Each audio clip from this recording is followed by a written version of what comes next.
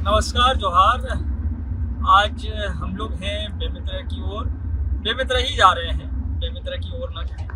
रायपुर से बेमित्रा का दौरा है और इस दौरे में आज मैं जिनके साथ हूँ उनका नाम है डॉक्टर वर्णिका शर्मा जी, जो कि बाल अधिकार संरक्षण आयोग की अध्यक्ष हैं। और आज हम लोग बेमित्रा जा रहे हैं। बेमित्रा, जैसा आपको पता ही है, वैभव बेमित्रिया का गृह जिला है बेमित्रा। बेमित्रा नमस्कार। बेमित्रा कैसा लग रहा है? बेमित्रा आप पहले भी गई होंगी यात्रा? मेरा आपका अक्सर आना जाना हुआ है। हाँ। पर आज ये ईश्वर का सुंदर सौभाग्य है कि मैं वैभव बेमित्रिया जी के साथ जा रही हूँ। इतना सुंदर सौभाग्य मिल रहा है अरे बाप रे।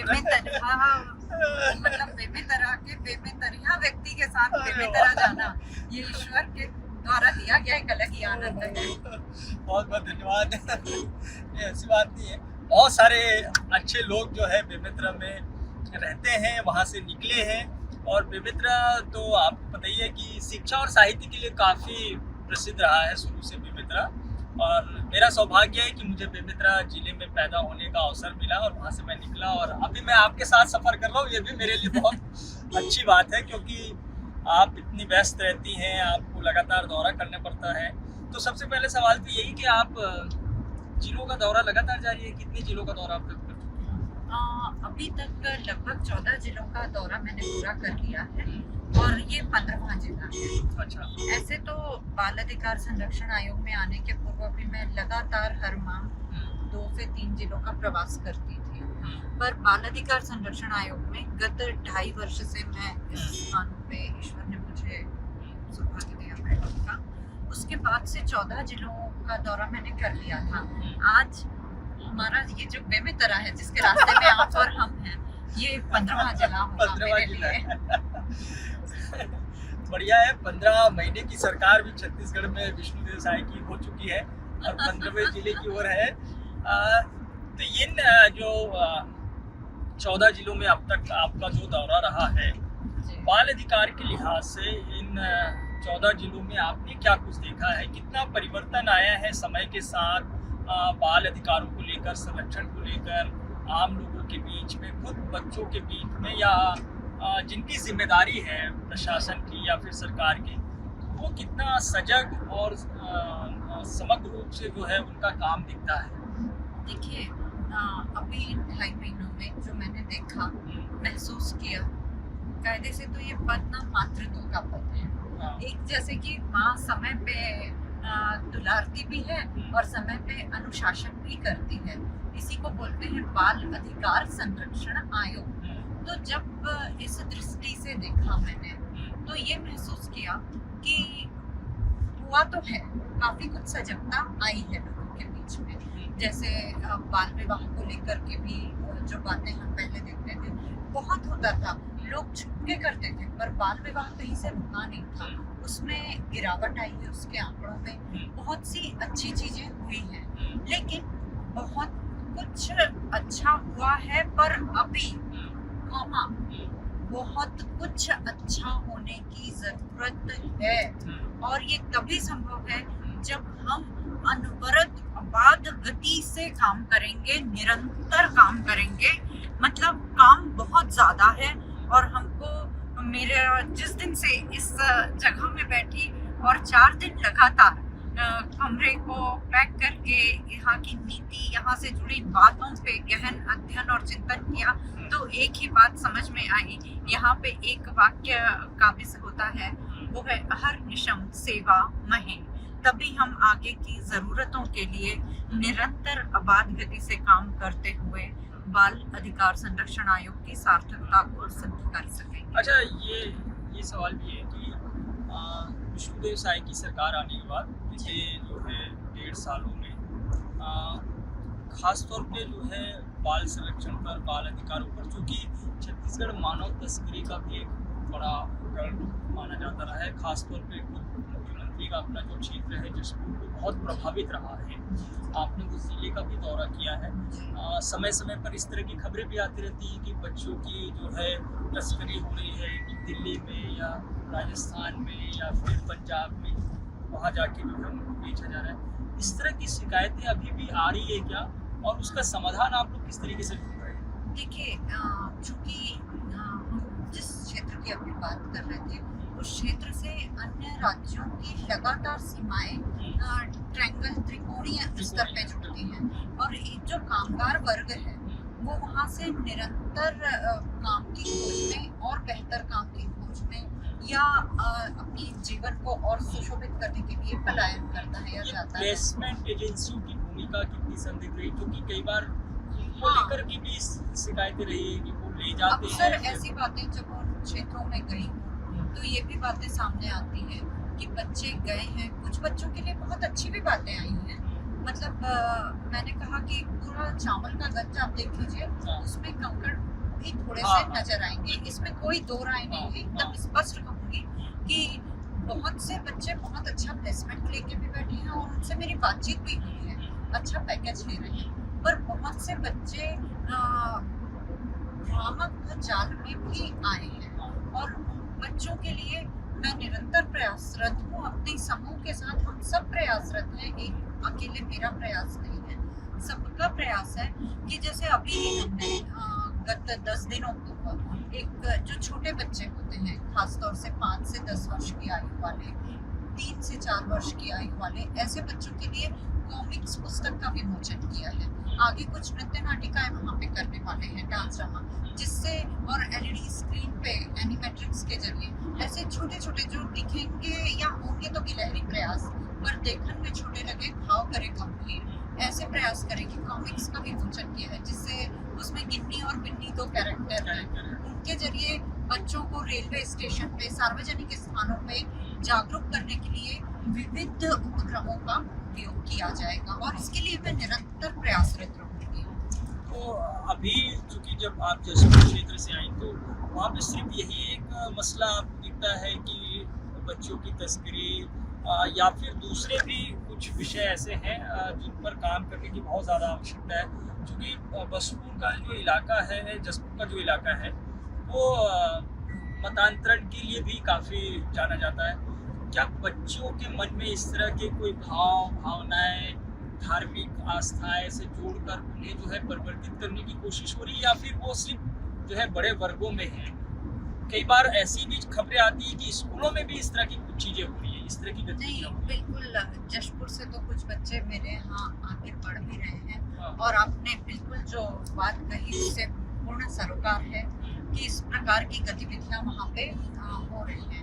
कारण ये कि जशपुर के जो निवासी हैं वो जो सबसे शुद्ध हृदय, हाँ। या जिसे कहते हैं ना भोला मन, भोला मन। छत्तीसगढ़िया सबसे बढ़िया जो कहा जाता है ना, वो भोला मन आप वहाँ पे जाके बहुत देख आसान सकते उनको हैं। टारगेट करना। हाँ, सॉफ्ट टारगेट ले लेते हैं, और सबसे बड़ी बात ये होती है कि वो बहुत मासूम और कोमल हृदय के हैं। उनको किन्हीं भी चीजों को इस प्रकार से करके, जो कतई उचित नहीं है, स्पष्ट कहना चाहूंगी, वो बाल मन है, बाल मन को एक उन्मुक्त आकार देना चाहिए, उनको किसी भी प्रकार के भ्रम जाल में नहीं करना चाहिए। तो वहाँ पे निरंतर आगे बढ़ रहा है वो क्षेत्र, ये भी मैं, क्योंकि अभी ये बनने की बात नहीं हुई, बनने से पहले भी जाते हैं, और ये देखा है मैंने कि निरंतर छत्तीसगढ़ माननीय मुख्यमंत्री जी विष्णुदेव साय जी के शासनकाल में आगे बढ़ रहा है, बहुत ही सुलझे हुए व्यक्तित्व हैं, आगे बढ़ा रहे हैं, और अच्छा लग रहा है कि पूरा जो सामूहिक रूप से वो लेके कार्य करते हैं वो कार्य प्रणाली में उनके नजर आ रहा है, और अच्छा कार्य करते हैं। साथ में जशपुर भी निरंतर बढ़ रहा है, पर जैसा कि मैंने कहा, बहुत हुआ है पर बहुत होने की भी जरूरत है। शिक्षा के क्षेत्र में विशेष तौर पे वहाँ पे और भी बहुत कार्य को अभी करना है।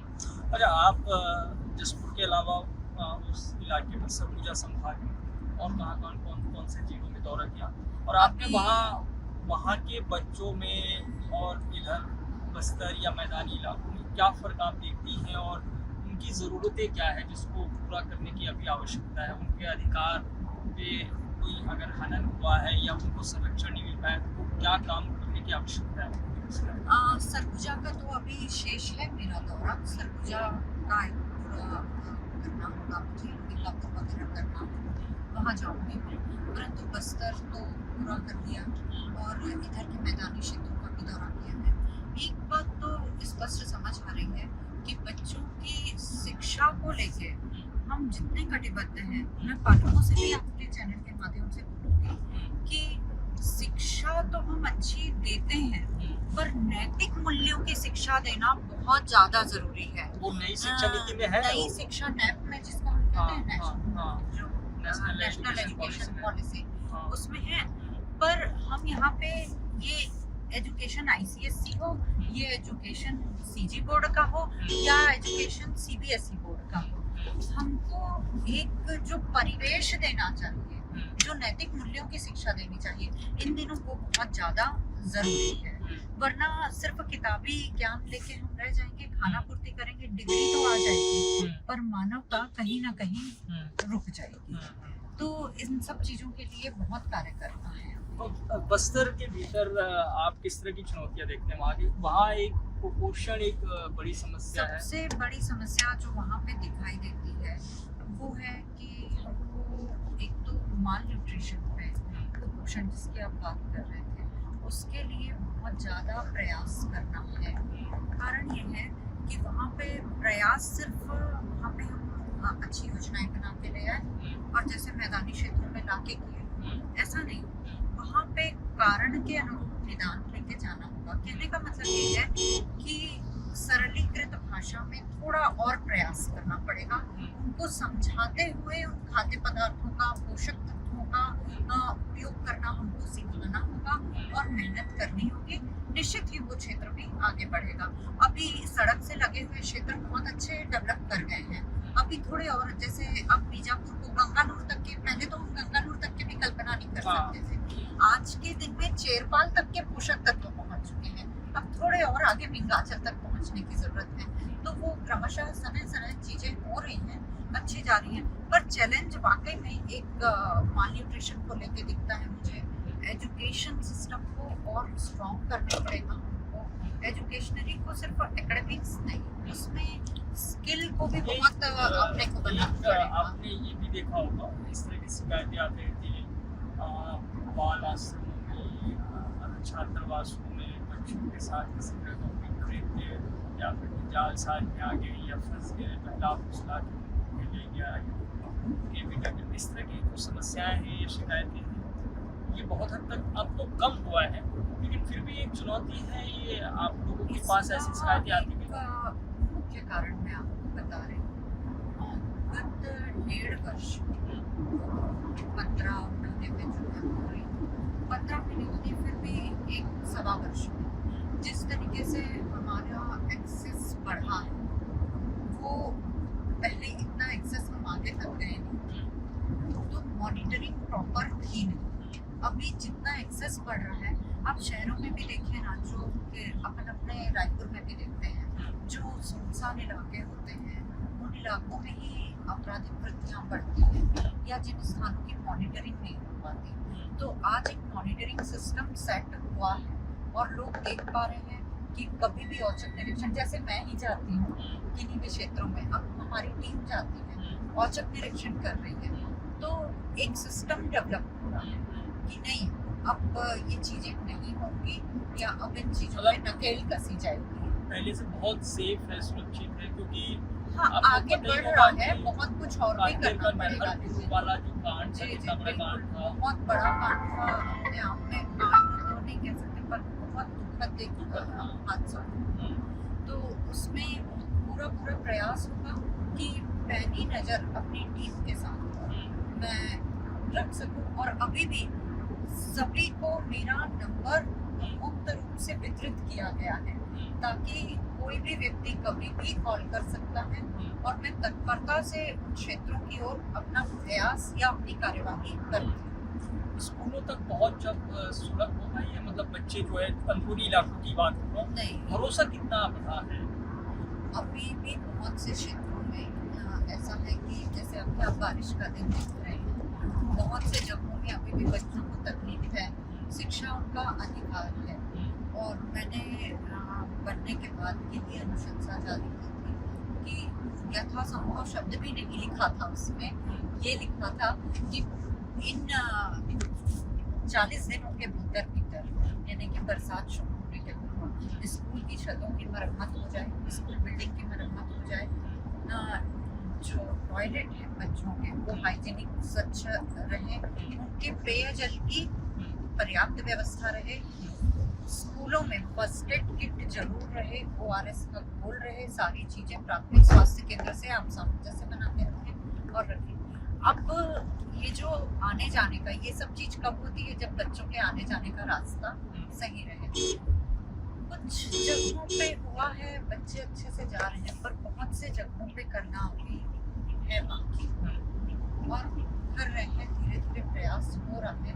पर मैं ये बिल्कुल ध्यान में रखी हुई हूँ और सबसे आग्रह भी कर रही हूँ कि सब विषयों को लाएं। आपके मीडिया के माध्यम से जो भी जानकारी आती है तो कोशिश करती हूँ कि उन बातों का संज्ञान ले सकूँ। आप जैसे बस्तर के इलाकों में जब गई हुई जिलों में, वहाँ से क्या मतलब बातें आई कोई ऐसी बात जो आपके दिल को बहुत ज़्यादा छू गई हो, उसमें कुछ अच्छी बात भी हो, कोई बहुत खराब बात हो? जैसा मैंने मतलब आप पहले दौरा करती रही है, जब बतौर अब अध्यक्ष जब आपकी हाँ बिल्कुल आप सबसे साझा करना चाहूँगी। हम अक्सर कहते हैं, सबसे पहले तो मैंने कहा कि एक माँ के रूप में आई थी यहाँ पे, तो कहा कि जैसे दृष्टि वैसी सृष्टि। मान लीजिए कोई बच्चा विधि के विरुद्ध भी है और वो आपके पास आ रहा है, तो उसको ये मत मानिए कि बच्चा कोई अपराध करके आया है, कभी ये शब्द ही उपयोग नहीं करना है। बच्चे से एक गलती हुई है और उसको हमको मतलब उसको सुधारना नहीं, उसको संभालना है, उसको अच्छे से परवरिश करनी है। तो वो आपको माता पिता मान के यहाँ पे आया है क्योंकि आप उस विषय में कुशल हैं। तो ऐसा ही एक मैंने प्रकरण देखा कि एक बच्चा जो बहुत ही अज्ञानतावश कुछ ऐसा उससे हुआ, वो बच्चा उस क्षेत्र में था, उसको जानकारी नहीं थी कि इसे विधि के विरुद्ध, अक्सर बच्चे जो भी विधि के विरुद्ध हुए वो समूह में होते चीजों को देख के गए हैं और उत्सुकतावश, आजकल मोबाइल की अप्रोच सब जगह पे है, तो हम ऐसा करेंगे तो ये ऐसा होगा, पर उनको ये नहीं पता कि ये बातें विधि के विरुद्ध होती हैं, इसकी जानकारी नहीं होती है उनको, और अनजाने में वो बच्चे इन चीजों का शिकार होते हैं। तो जब वैसे बच्चे आते हैं और वो बच्चे इतना, मैंने देखा कि एक बच्चा इतना बढ़िया गिटार बजा रहा था और वो गिटार कहीं से उसके वायर टूटे हुए थे और सुर इतने सुंदर लगा रहा था। जब मैं उस बच्चे के साथ आधा पौना घंटा बिताई, उसके संगीत में आप भी खो जाते, इतना बढ़िया संगीत था। हाँ, विधि के विरुद्ध वो वहाँ पे था। तो मैंने पूछा उससे कि बेटा तुम ये ऐसा भी गिटार कैसे बजा ले रहे हो? तो उसने तार को कुछ कपड़े सुखाने की तार से जोड़ के गिटार के तार को बनाया था। और हम यहाँ सुविधा संपन्न बच्चों को देखते हैं जो हॉबी क्लास या इनका इंतजार करते हैं और फिर भी पेरेंट्स संतुष्ट नहीं होते हैं। तो ऐसे भी बच्चे जब मैं देखती हूँ तो भावुक हो जाती हूँ कि हे प्रभु, इनको शक्ति देना कि वाकई आगे बढ़ सके और मुझे शक्ति देना, हम सबको शक्ति देना कि इनके कुछ काम आ सके। इतनी संपन्नता है वैभव जी क्षेत्र के बस्तर के बच्चों में, चाहे मेरे जशपुर के बच्चे हों, इतनी मतलब प्रकृति माँ ने कूट के इनमें प्रतिभा भरी हुई है। तो वैसे तो हमारे हर क्षेत्र के बच्चे बहुत अच्छे हैं, देवतुल्य हैं, लेकिन ये बस्तर क्षेत्र के बच्चे, हम बोलते हैं ना प्राकृतिक संसाधन, ये बच्चे भी अपने आप में एक प्रकार के संसाधन हैं। वो बच्चे का जिसके विषय में मैं आपको बता रही हूँ, अभी 90% आ गए हैं। मतलब ये चीजें हुई है कि मतलब ये सिर्फ मुझे लगता है बस्तर, बल्कि जानकार क्षेत्र में भी, मतलब हम लोग मैदानी इलाके में जहाँ पे सब बहुत सुलभ है, मोबाइल का आना या नशे की लत में चले जाना, ये क्राइम बहुत इससे आपने जो दोनों बातें कही ना, मोबाइल और नशा हम पदार्थ से मानते हैं ना, mobile itself is a addiction nowadays. Mobile आप देखिए, ये दोनों ही चीजें ना, आप इसमें स्टेटस को सिंबल मत लीजिए। मैं आपको अपना अनुभव बता रही हूँ, इतने दिनों में आप कह रहे हैं ना 14 जिलों का दौरा, आप मार्जिनलाइज्ड को ले लीजिए, यानी कामगार वर्ग को ले लीजिए, या आप वैसे तो मैं कोई वर्ग विभेद नहीं समझती हूँ, होता ही नहीं, पर फिर भी एक कामगार वर्ग जिसमें दिहाड़ी के लिए भी जो मजदूर निकल रहे हैं और एक वो वर्ग उच्च वर्ग जो भी निकल रहे हैं और एक वो भी वर्ग जो संपन्न है जिनको कुछ करने की भी जरूरत नहीं है, पर हर जगह ये जो सुरसा है ना, नशे की सुरसा, उसने हर जगह अपनी पैठ जमाई हुई है। और मुझे उस समय बहुत दुख और शोक होता है कि ये जो छोटे छोटे बच्चे मेडिकल नशा या इस नशे के जरिए विधि के विरुद्ध हीनियस या सीरियस प्रकार के कृत्य होते हैं उसमें फंस जाते हैं, तो बहुत दुख लगता है कि जिन कच्ची माटी को आकार लेना चाहिए था वो किस दिशा में चले गए। तो इसमें कहीं ना कहीं हम सब जिम्मेदार हैं, ऐसा मुझे लगता है। क्योंकि यदि ऊपर वाले और में जाएंगे और आप देखेंगे तो वो प्रदर्शन के लिए कर रहे हैं, they are taking it as a status symbol. तो वहाँ जो नीचे के बच्चे हैं उनके माता पिता उनके साथ नहीं है, कहीं ना कहीं एक प्रकार का वो जो सराउंडिंग मिलना चाहिए, जो दिशा मिलनी चाहिए, जो गाइडलाइन मिलनी चाहिए, वो प्रॉपर नहीं मिल पा रहा है। ये भी बात है जिम्मेदार। तो मतलब अभी जैसे क्राइम की घटनाएं आपने देखा होगा, बच्चों में बहुत ज़्यादा चाकूबाजी बहुत सामान्य सी बात हो गई है। बिलासपुर की एक घटना आपको याद होगा, स्कूल के भीतर में किस तरीके से जो है टॉयलेट के भीतर ऐसा विस्फोटक सामान के रख दिया था जिससे बड़ी घटना घट गई। ये मतलब जो अच्छी खासी ठीक ठाक जगहों पे पढ़ लिख रहे हैं उनके भीतर में भी इस तरह की चीज़ें। मैं आपको इसका रीज़न बताती हूँ।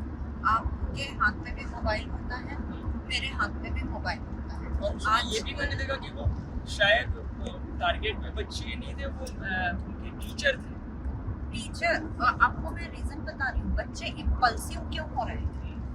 इसको इम्पल्सिव सिम्टम्स कहते हैं, इम्पल्सिव क्रॉनिक सिम्टम्स जो होते हैं, क्यों हो रहा है बच्चों को। Being psychologist, here is the word, क्यों पैनिक क्रिएट कर रहे हैं बच्चे। ये आजकल हम बहुत खुश होकर कहते हैं हम मिलेनियल्स हैं, क्योंकि हम 80 के पहले के बॉर्न हैं। ये जेन ज़ी है और बड़ा खुश होकर उसका रील्स भी बनता है, जेन ज़ी ऐसा करते हैं, जेन ज़ी वैसा करते हैं। हमने खुद बोर्ड किया है, गलती हमारी ही है।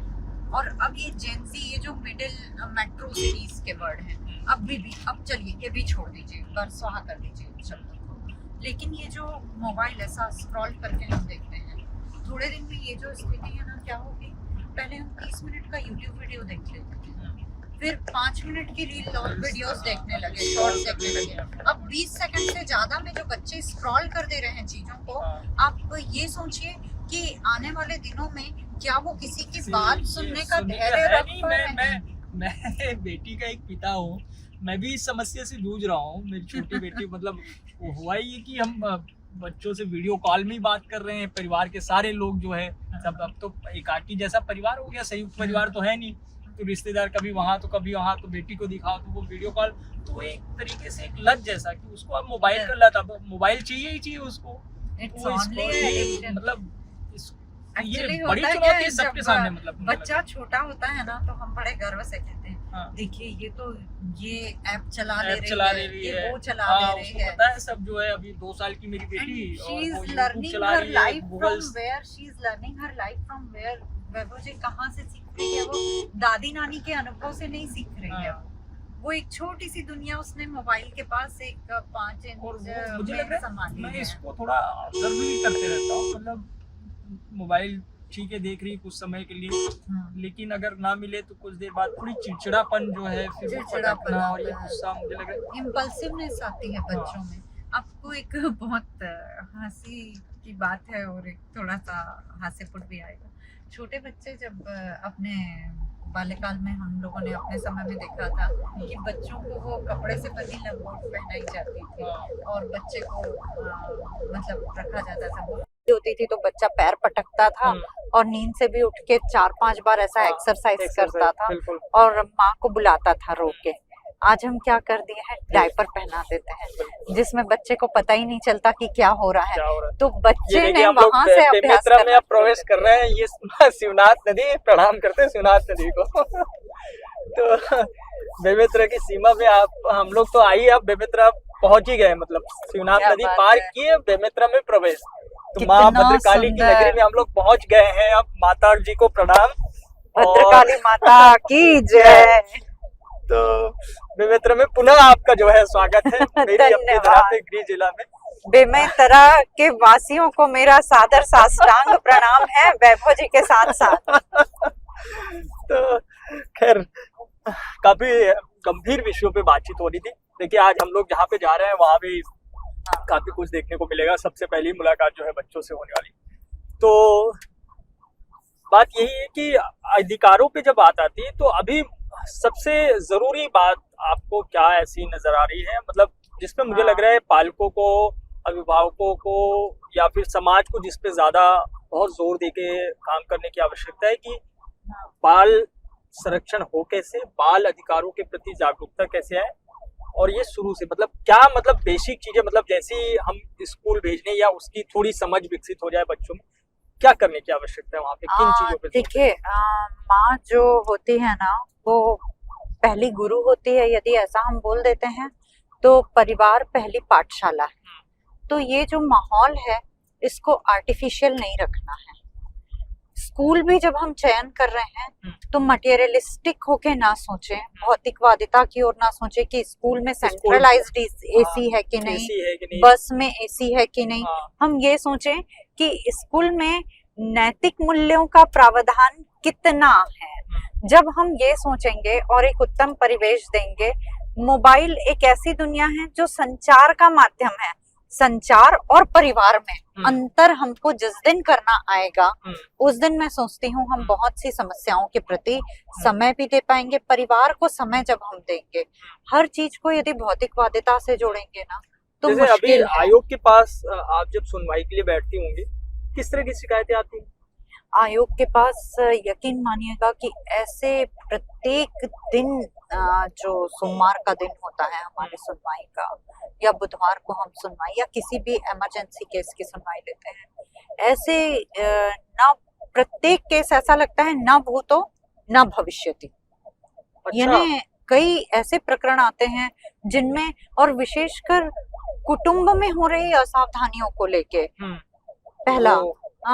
दूसरा अपने बच्चे के हुई हम अभी गत दिनों एक दो प्रकरण देखे जो अपनी नन्ही बेटियों के साथ हुआ। हम स्पर्श को लेके भी जागरूकता अपने बच्चों में नहीं डेवलप कर पाए। कहाँ पे चूक रहे हैं, सोचने की जरूरत है। ये आपको ऐसा स्पर्श कर रहा है, इसमें ये बातें हैं। बेटा हेल्थ को लेके ये डाइट में होना जरूरी है, आपको ये खाना जरूरी है, ये पोषण आहार जरूरी है। केवल सतही काम करने से अब नहीं बनेगा। प्रत्येक व्यक्ति को और भी आगे काम कर दूं, नहीं जूझ के काम करना पड़ेगा, तब मैं समझती हूँ। और खास तौर से इस नशावृत्ति और एक गंभीर समस्या जैसे कि बाल श्रम को लेकर के होता है। छत्तीसगढ़ में सर्वाधिक क्या है? छत्तीसगढ़ में सर्वाधिक समस्या अभी नशावृत्ति। आप मेरे से ग्राफ लीजिए, नशावृत्ति, फिर उसके बाद नशे में किस तरह का कुछ उसको भी आपने मेडिकल नशा जो होता है, अच्छा, दवाइयों के माध्यम से होता है, या इस प्रकार का, या टोबैको के जरिए होता है। इस प्रकार के नशे की वृत्ति को थोड़ा बच्चों में बहुत ज्यादा है। बच्चों में, छोटे जो टीनेजर्स हैं उनमें आप कहीं के भी, मतलब 10 से 15 साल के बीच। हाँ एग्जैक्टली 10 से 15 साल के बीच। और जिसकी अभी हम इतने देर से चर्चा किए उसको कहे नेगोशिएट करें, मोबाइल एडिक्शन। मोबाइल उससे ग्राफ बहुत बड़ा है। खाने में तो पता है क्लियरली माँ बता देती है बेटा ये खाना सड़ गया है, ऐसे नहीं खा सकते, पर मोबाइल में ये कंटेंट सड़ा हुआ है, ये कैसे बताएंगे? तो ये थोड़ी चीजें, इस पे भी कुछ चीजों पे बैन करने की बहुत जरूरत है। और बाल श्रम वाली जो बात कर रहे हैं, बाल श्रम वाली बात, इसमें आप बताइए कि बाल श्रम कर रहे बच्चे जो होते हैं, हालांकि काफी काम हुआ है इस पे, पर अभी और भी काम करने की जरूरत है कि बच्चों को बाल श्रम के लिए आप लेके जाते हैं, उनको कम मजदूरी दे करके रखते हैं। आप बताइए इससे क्या आप बच्चों का भविष्य सुरक्षित कर रहे हैं?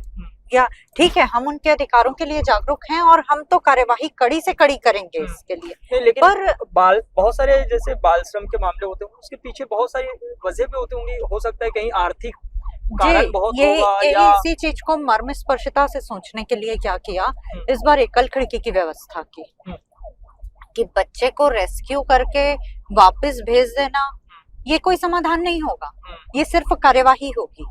इसलिए इस बार की अनुशंसा में एक विशेष चीज का सम्मिश्रण किया कि अब एकल खिड़की व्यवस्था की जाएगी, उसके साथ उसके परिवार को बुलाया जाएगा, उनकी आर्थिक स्थिति को देखते हुए ये पूछा जाएगा कि मतलब बच्चा क्या है, एक काउंसलिंग सेशन रखा जाएगा। ये पहले ऐसा नहीं करते थे। सारे जिलों में सारे जिलों में एकल खिड़की व्यवस्था रखी जाएगी और सरकार की योजनाओं से ऐसे परिवारों को यदि कोई लाभ दिलवाया जा सकता है, किसी को अपने घर से नहीं लाना है, सरकार की योजनाओं से जो लाभ उन परिवारों को यदि मिल सकता है तो उसके लिए भरसक प्रयत्न किया जाएगा।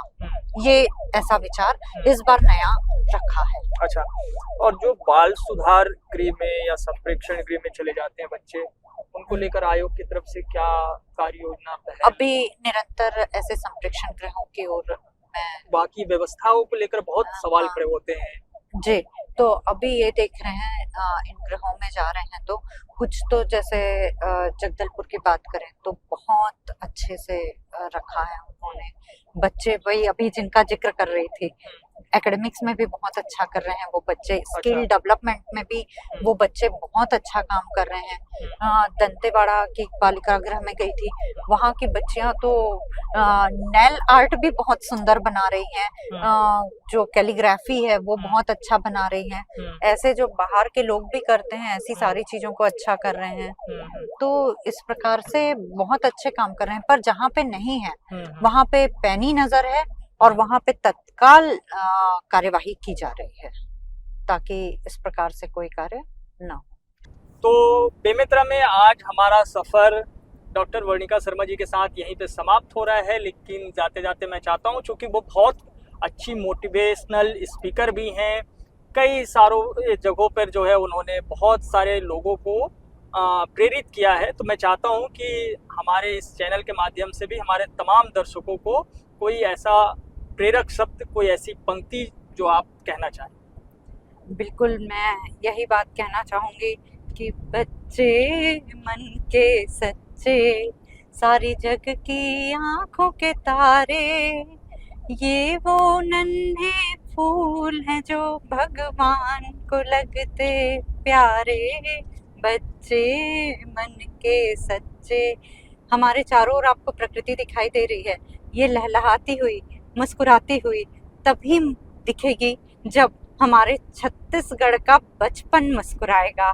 तो बालकों के, बालिकाओं के, किशोरों के, किशोरियों के अधिकारों को सुरक्षित रखिए, संरक्षित रखिए, उनको खूब आगे बढ़ाइए और उनको मुस्कुराता हुआ रहने दीजिए, तभी छत्तीसगढ़ मुस्कुराएगा। बहुत बढ़िया। और इसी मुस्कुराहट के साथ आज की इस बातचीत को यहीं पे समाप्त कर रहे हैं। बहुत बहुत धन्यवाद।